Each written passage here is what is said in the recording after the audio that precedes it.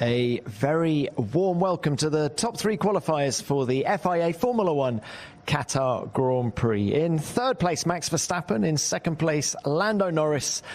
And taking his sixth pole position of the season, our pole sitter, Osca Piastri. Oscar, tremendous lap at the end of Q3 there. Many congratulations. Just how important was it for you to take pole position this evening? It obviously helps. Yeah, I mean, the next target is to try and get a good start, and then that should make life a bit easier if I can do a good job there. So so far so good, but there's obviously a long way to go. A couple of pit stops for tomorrow as well. So there's still a lot that can happen, but everything's gone well so far. How did that final lap feel behind the wheel? I mean, you were 7/10 faster than sprint pole this time yesterday.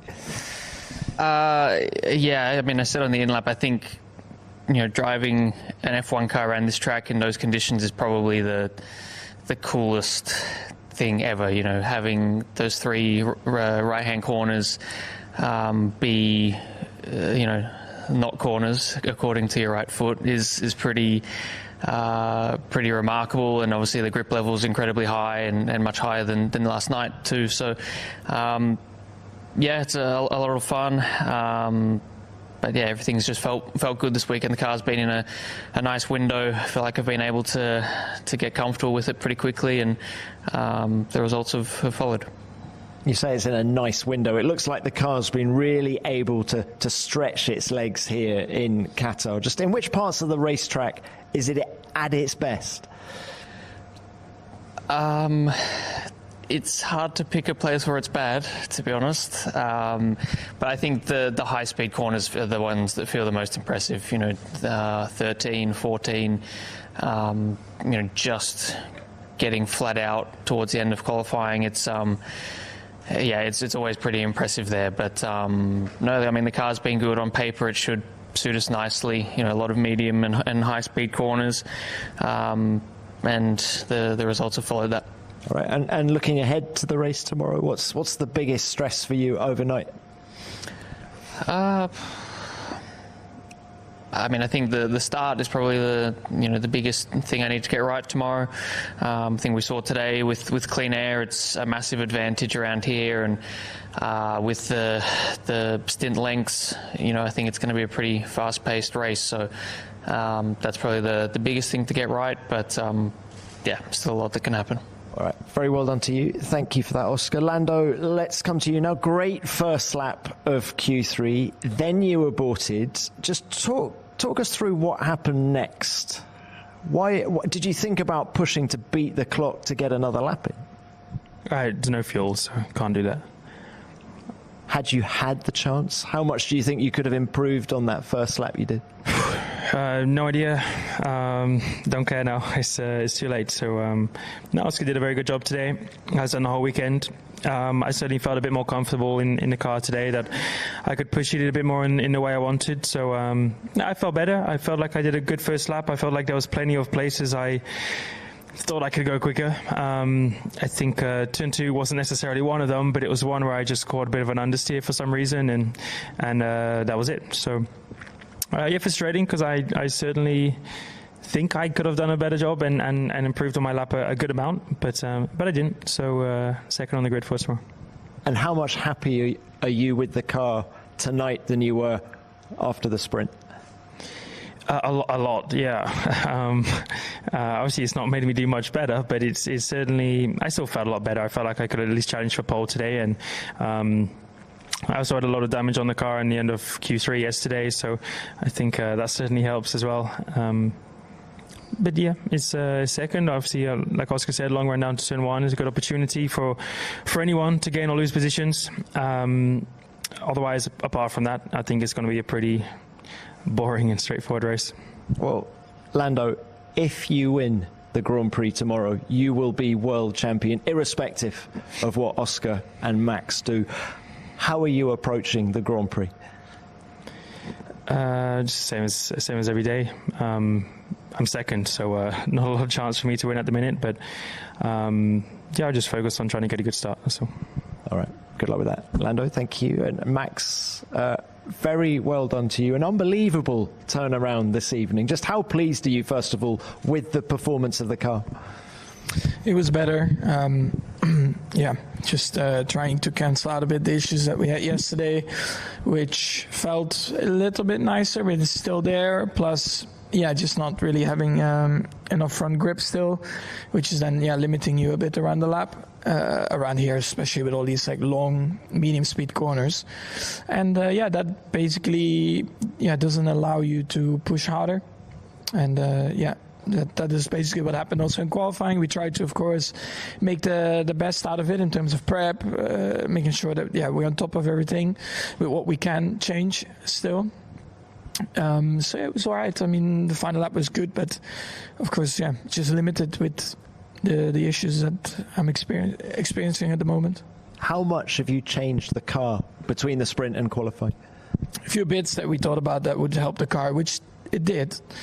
Unfortunately, still some limitations that they stay in there, but they have been in the car for a while now. It's not like it's suddenly just arrived here and we don't know how to solve it or whatever. It's been a weakness for us on in this season, especially in these like long medium speed corners. Just to clarify, what is the biggest limitation for you? Understeer. Understeer. Okay. It's a long race tomorrow, 57 laps. Can we just get your approach to the race tomorrow with the championship in the back of your mind as well? We'll try everything we can. Start, turn one, all the laps. How vital is it that you pass Lando at least going into turn one? Well, if I don't pass him, then he scores more points than me. At the start? Or do you think there'll be options later on in the race? It will be tough. I mean, in the sprint as well, like I tried, but then, we just fall into that window where we just struggle a lot on the tires. And we don't seem to really be able to keep up. And also that the few final laps of Oscar in that sprint, I need to cut a corner to do that. So it will be maybe a little bit better, but it will be tough, I think, to do that. But let's see. It's a long race. Anything can happen. All right. Thank you for that. Good luck tomorrow. All right, let's open this to the floor. Please remember to give your name and publication. Who's first, please? Christian, Christian Mehnert, motorsportmagazin.com. Question to all three of you. Maybe, Max, you can start with it. You touched on it a little bit, how static the race was and how difficult to overtake. So will this be one of the most important starts of your career for all the three of you? Yeah, maybe. But maybe not. I mean, you never know what happens in the race. Today the sprint was pretty boring, I would say, because you just can't follow close, tires overheat. Plus, with all these high-speed corners and high grip as well, it's just super tough to get close. Tomorrow, there's a lot more fuel in the car. Start for sure is important. But then, I mean, you never know. I mean, it can also be influenced by other cars, in the race that might ruin your own race. It's impossible to say now already that it's going to be boring tomorrow. Christian, it was to all three, yeah? Just thoughts on the start, please, Oscar. I mean, yes, it's obviously important, but whether it's more important or not really. There's still 25 points on offer tomorrow. Obviously, there's a championship picture, but it's got the same importance as every other race. Lando, is the grip level very different from one side to the other? I think it is. I think it's a lot worse on the right side, but it's normal. All right, thank you. Scott Mitchell from The Race. The question to all three. We've been used to you three pretty much being the benchmark for most of the season. Just in terms of your own personal performances this year, how often do you feel you've been getting the most out of yourself in your car this season? Do you feel that you've had the best season so far in Formula One that you've had? Oscar, start with you. I mean, I think on the whole, yes, it's been my best season by some margin.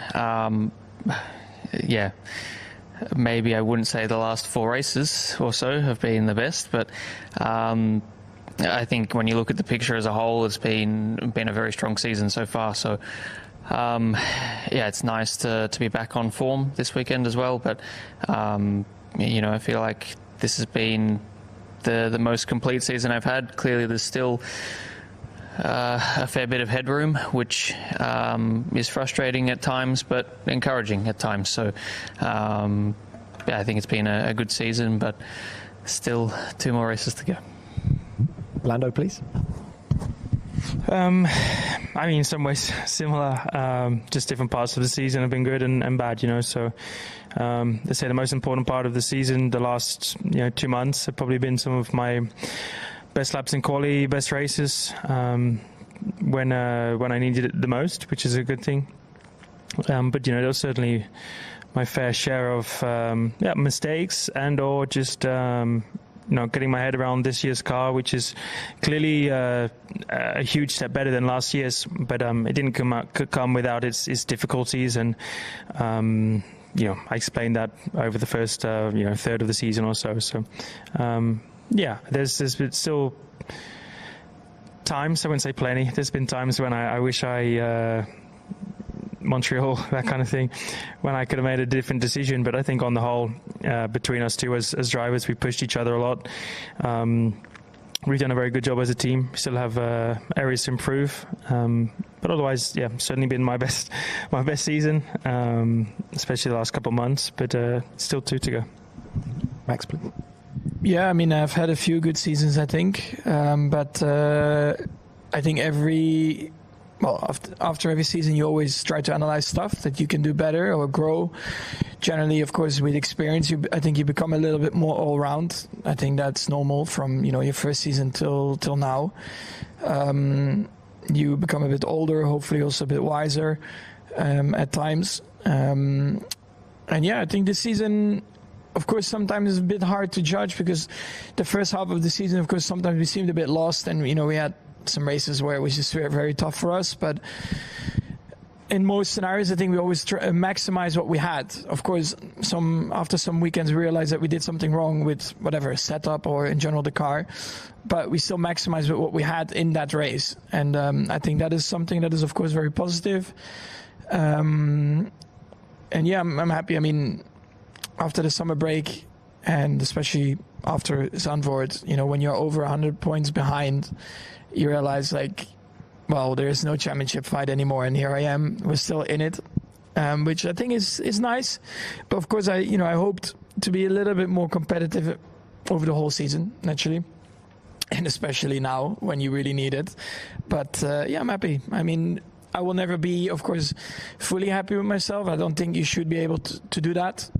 So you always look for improvements. But, of course, at this stage of your career, probably it's very marginal what you're going to improve at. Thanks all for that. All right, next, please. Where are we going? Matt Koch from planetf1.com. Oscar, just fleshing out that last question a little bit, if I may. You mentioned you still got headroom. What do you mean by that? I know previously you've spoken about sort of building your consistency at the end of last year or the year before or whatever it was. Do you feel you've done that? What more is there to come from you? I think there's just been some races, obviously more recently, where things just haven't clicked. And, I think Austin and Mexico in particular, there was still some opportunities to become a better driver all round in terms of my driving style and how I adapt to different conditions and different needs from the car. So I think that's really it, to be honest. I think for probably 90% of the season, what I've done has worked very well, and I think this weekend's been one of those. But I think there's just been certain moments through the year where I've realised that there's still things to improve on, and still ways I can get better. Thank you, Oscar. Any more? Luke, please. Luke Smith from The Athletic. Another one for Oscar. You mentioned the fun you've had around this track on the radio on the cool down lap. When was the last time you had that kind of fun this season? Do you have to go back to Zandvoort when the results were on that high to have that? Because obviously the low grip tracks didn't suit you so much. Well, I mean, winning is a lot more fun than whatever the hell happened the last 4 or 5 races, that's for sure. I mean, I think you always try and enjoy it, and I think when you look at the bigger picture, even in the last few weeks that have been tough, I'm still driving probably the fastest car, or one of the fastest cars there's ever been in the world, and doing something I love and all of that. But I mean, I think in terms of purely when I'm on track, yes, the last time was probably Zandvoort, because things just haven't clicked, haven't gone well since then. So, yeah, I mean, I think this track as well just lends itself to, the full potential of what an F1 car, and especially one of this generation of cars, can do. Yeah, I mean, obviously, if I wasn't on pole, it probably wouldn't be quite as much fun, but I think it still would have been a pretty cool experience either way. Thank you, Oscar. Any more? Yeah. Scott Mitchell from the race. A question for Max. Given those long medium-speed corners here, does that deficit in qualifying kind of match pre-weekend expectations, and does it make tomorrow more about being opportunistic than thinking you can take them on just on pure pace? It's always quite hard to know exactly what is going to happen. I was hoping, of course, for it to be better, but unfortunately, it still stands out a bit. And of course, when you have that kind of limitation, plus I think in general already in race pace, tires overheating and stuff were not the best, so that will make it a bit more difficult. But like I said, anything can happen tomorrow. Yeah, we watched the post-qualifying press conference at the Qatar Grand Prix. I want to say just sorry I wasn't able to do the comments after the sprint qualifying and actually post-sprint interview. And also I want to say for the technical problem with the audio that we had after the post-sprint press conference. I believe that today we struggled a lot with the technical problems, and this press conference will be clean as always on our channel. It was very interesting to watch all the sprint race today, the sprint qualifying yesterday, and also the main qualifying that we have watched for a couple of minutes before upload this press conference. I think we have watched all this weekend the back of Oscar Piastri.